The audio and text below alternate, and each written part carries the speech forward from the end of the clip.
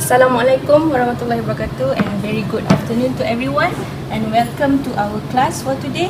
I hope you will remember this class for throughout your future career, because this is your first class in becoming an orthodontist. So welcome to Orthodontics 101. So our first lectures for today, our first lesson is about regarding skeletal pattern.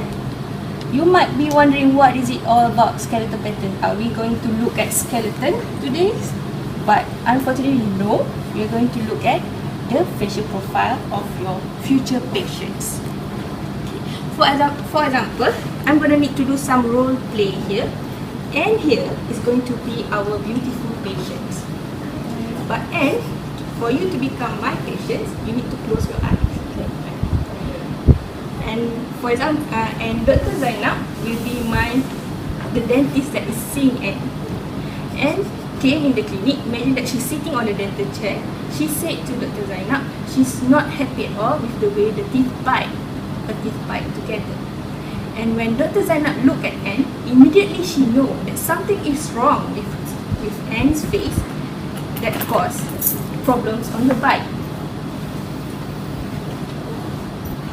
Let me change to the next slide. But Anne, you have to close your eyes. Okay. Now, everyone, let's pretend that actually Anne's face is the one on the slide. Ignore the color of her face. Ignore the unique head that she had. Can you try to describe to me, as your supervisor in the clinic, what is wrong with her face? Dr. Zainab, would you like to try? You want to tell me something about Anne's face. You know something is wrong with Anne's face. Can you describe it to me?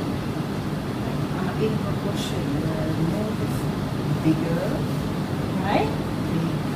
and then almost touching the chin, like overgrowth of the chin. Okay. What about Ui? Can you describe to me, if you're the dentist, and you want to describe about Anne's face with ants right on the chair without hurting her feelings? Because just now, Dr. Zainab was just telling me right in front of ants that there is something wrong with her face because her nose looks big. Yeah. There's a disproportion between the jaw and the face. And it's got long Can also. you imagine how would Anne feel?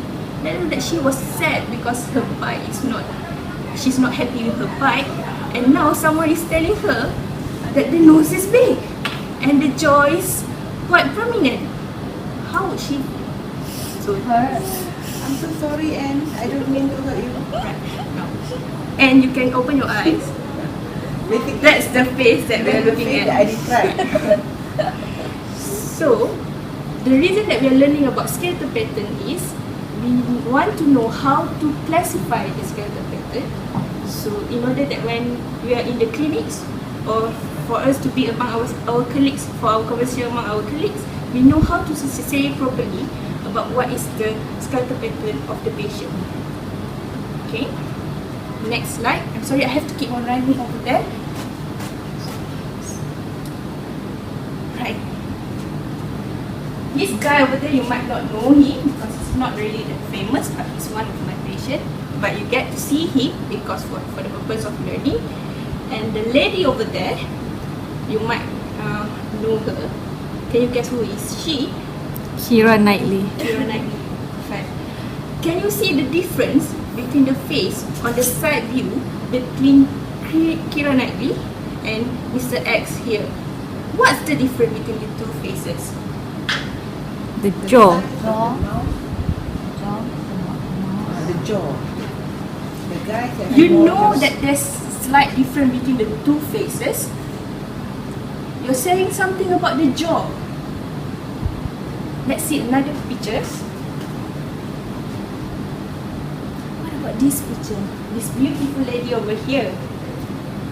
This is Natalie Portman.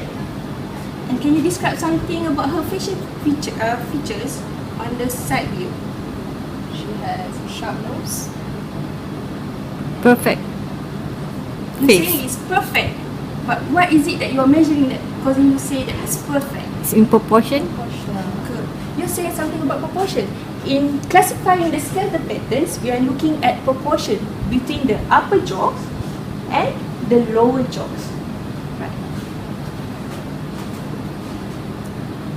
If we want to assess it visually, if the patient just came into your clinic and just sit down and we want to see it visually, you can see that there's a difference of pattern between the Mr. X facial profile and Kira Knightley's facial profile.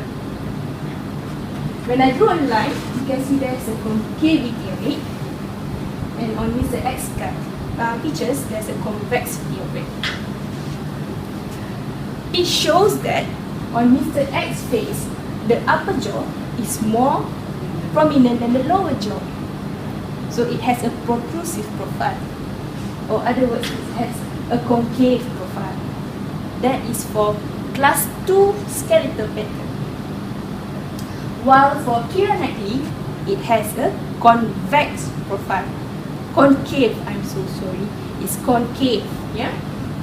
So when it has a concave profile, where the lower jaw is more prominent than the upper jaw, so we said that she had a class 3 profile. And when we look at Natalie Portman's face, it has almost like a straight profile. Can you see the black line over there? Yes. So we can categorize Natalie Portman as having a class 1 skeletal profile. Does that mean if somebody has a class 3 skeletal profile, she had a problem? No. Why? It's just how we classify it, but it doesn't reflect the people. Good. It doesn't mean that the patient is having a mold occlusion or a problem. It's just the diversity. Each of us is unique and each of us is different in a way. So unless you have a facial profile like the first one that I showed you before,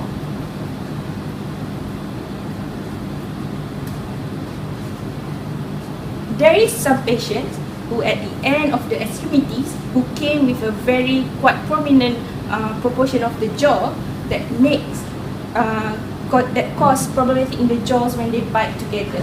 For example, like this lady witch here. So we can do something for her if she feels that there's a problem. So what have you learned basically in these few minutes? There is 3 types of skeletal pattern. good. What are the types? Straight, Which is the class 1. Convex, which is the class 3. Sorry, convex is the class 2. I'm giving it okay. Concave is the class 3. So those are the 3 types of skeletal features, and on the next lesson, I'm going to teach you how to clinically assess that clinical pattern without just by looking at it. Today, we're just looking at it. For sure, for your homework, you need to read out how to do it clinically to assess the clinical patterns. Do you have any questions? What is the purpose we learn this pattern? Remember when I said Anne came in the clinic, the patient came in the clinic, what was her concern? She said she is not happy because her bite is not perfect. So, if there is a disproportionate growth of the jaw, it can cause some disproportionate bite, causing the bite will be different in some people.